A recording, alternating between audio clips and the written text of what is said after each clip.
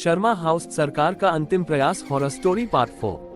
पत्रकार अरुण शुक्ला के गायब होने की खबर मीडिया में फैल गई। देश भर में हड़कंप मच गया।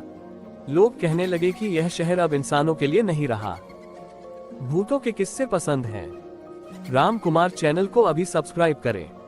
नई और डरावनी कहानियों के लिए घंटी दबाना न भूलें। राम कुमार, जहां डर का नया पता है। धन्यवाद। सरकार ने सेना और वैज्ञानिकों की एक टीम भेजी।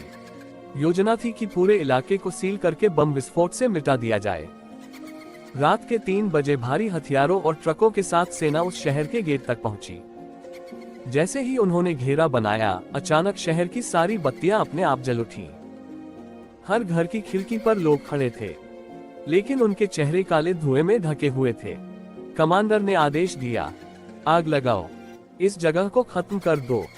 तोप और मिसाइलें चलाई गईं। पूरा शहर आग की लपटों में घिर गया।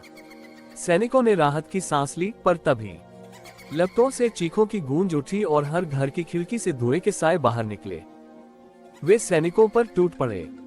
गोलियां, बम और आग उन पर बेअसर थी। एक एक कर सैनिक गायब होने लगे।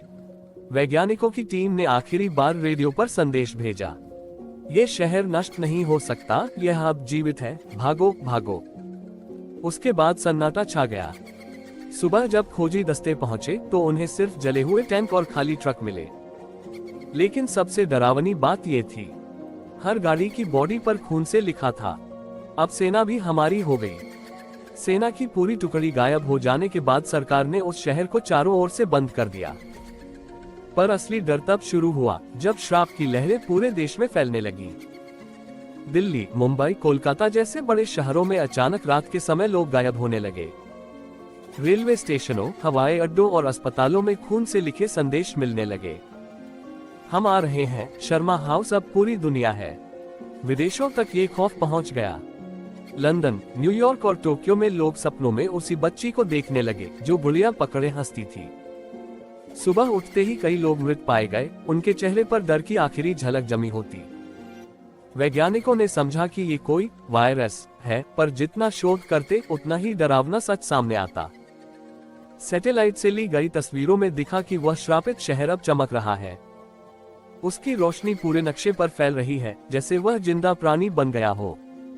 संयुक्त राष्ट्र ने एक आपात बैठक बुलाई, पर जब कैमरे ऑन हुए तो स्क्रीन पर नेताओं की जगह वही बच्ची दिखाई दी। उसने हंसते हुए कहा, तुम सब अब हमारी गुड़िया हो, बचने की कोई जगह नहीं। उस दिन पूरी दुनिया को समझ आ गया कि यह सिर्फ एक शहर का श्राप नहीं, बल्कि मानवता का अंत है। लोग कहते हैं, अब हर जगह, हर कोने में, अगर आप ध्यान से सुने तो दूर से बच्चों की हंसी और रोने की आवाजें सुनाई देती हैं। और फिर अचानक दीवारों पर खून से वही संदेश प्रकट हो जाता है, शर्मा हाउस कभी खत्म नहीं होगा। दुनिया के शहर एक एक कर खामोश हो गए। सिर्फ कुछ ही इंसान बचे थे, वैज्ञानिक, साधु और आम लोग जो पहाड़ों और जंगलों में छुपकर जी रहे थे। उन्होंने मिलकर एक गुप्त संगठन बनाया, अंतिम रक्षा दल। इस दल का विश्वास था कि श्राप को तोड़ने के लिए शर्मा हाउस की जड़ ढूंढनी होगी। पुरानी किताबों और पांडुलिपियों से उन्हें पता चला कि यह श्राप तब शुरू हुआ था जब शर्मा परिवार ने उस जमीन पर मकान बनाया था। उस जमीन के नीचे एक पुराना शमशान था जहां अधूरी आत्माएं भटक रही थीं। दल ने तय किया कि वे उस घर में जाकर आत्माओं को वही शांति देंगे। सैकड़ों मंत्रों और हवन की सामग्री लेकर वे रात को उस खंडहर शहर पहुंचे। जैसे ही उन्होंने मंत्रोच्चारण शुरू किया, पूरा शहर कांपने लगा। हवा में चीखें गूंज उठी। राहुल, बच्ची और औरत उनके सामने प्रकट हुए। उनकी आंखें खून जैसी लाल थीं। राहुल चिल्लाया, तुम हमें मिटा नहीं सकते, अब पूरा संसार हमारा है।